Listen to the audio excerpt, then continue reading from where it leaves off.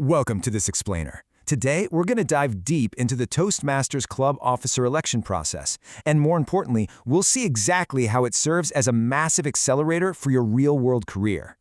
You know, far too often we look at administrative processes as just a tedious list of chores. But today, we're going to break down the official guidelines and completely reframe why these elections are literally the heartbeat of both a thriving club and a thriving career. Okay, let's get right into it.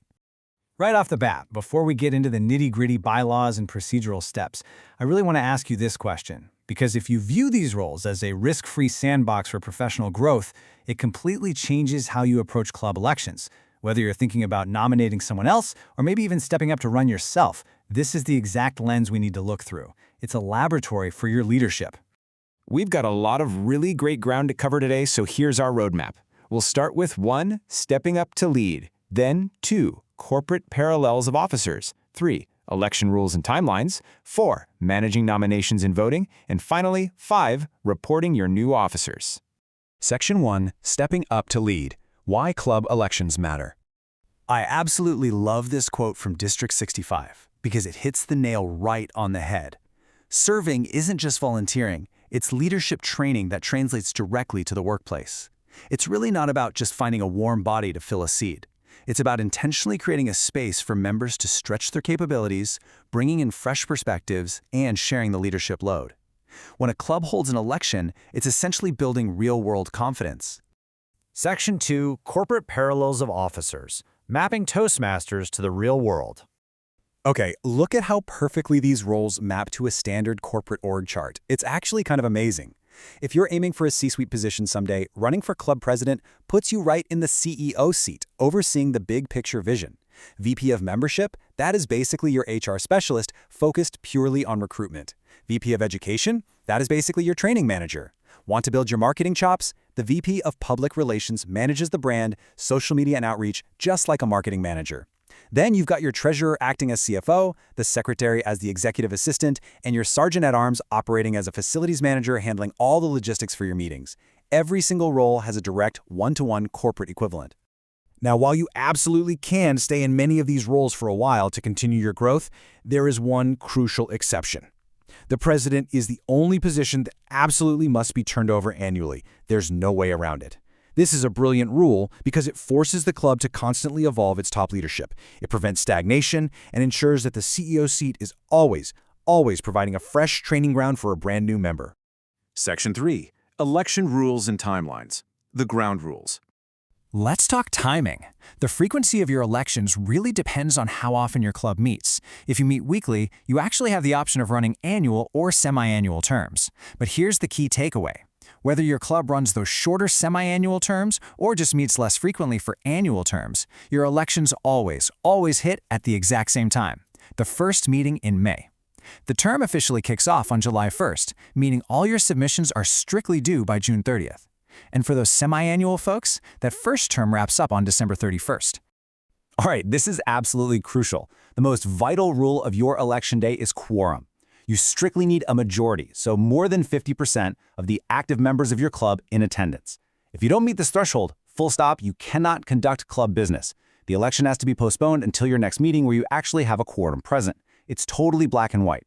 Now, if you ever find yourself scratching your head trying to calculate this, don't worry. The official guidance is to simply email clubquality@toastmasters.org and they'll help you figure it out.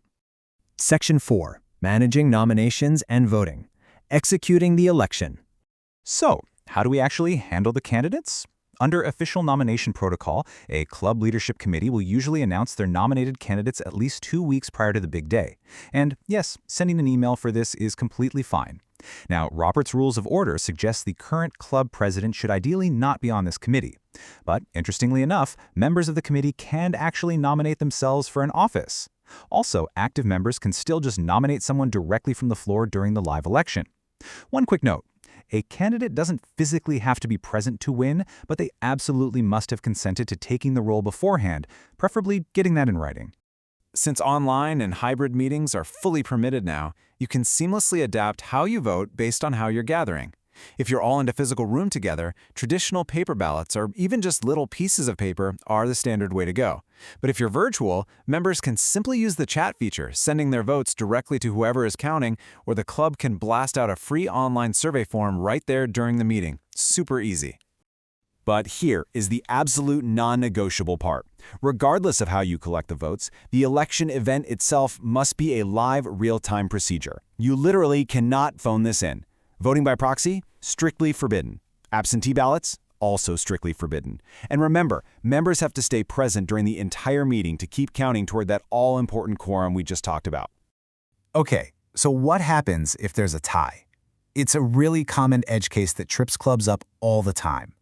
So let's look at the official Toastmasters International FAQ for the exact protocol when two candidates get the exact same number of votes. Seriously, this happens way more often than you'd think. Well, the answer is right there in Robert's rules. You simply keep casting votes again and again until one candidate finally obtains a majority, even if it takes a few rounds. Now, alternatively, some clubs choose to have a designated member settle it by casting a tie-breaking vote.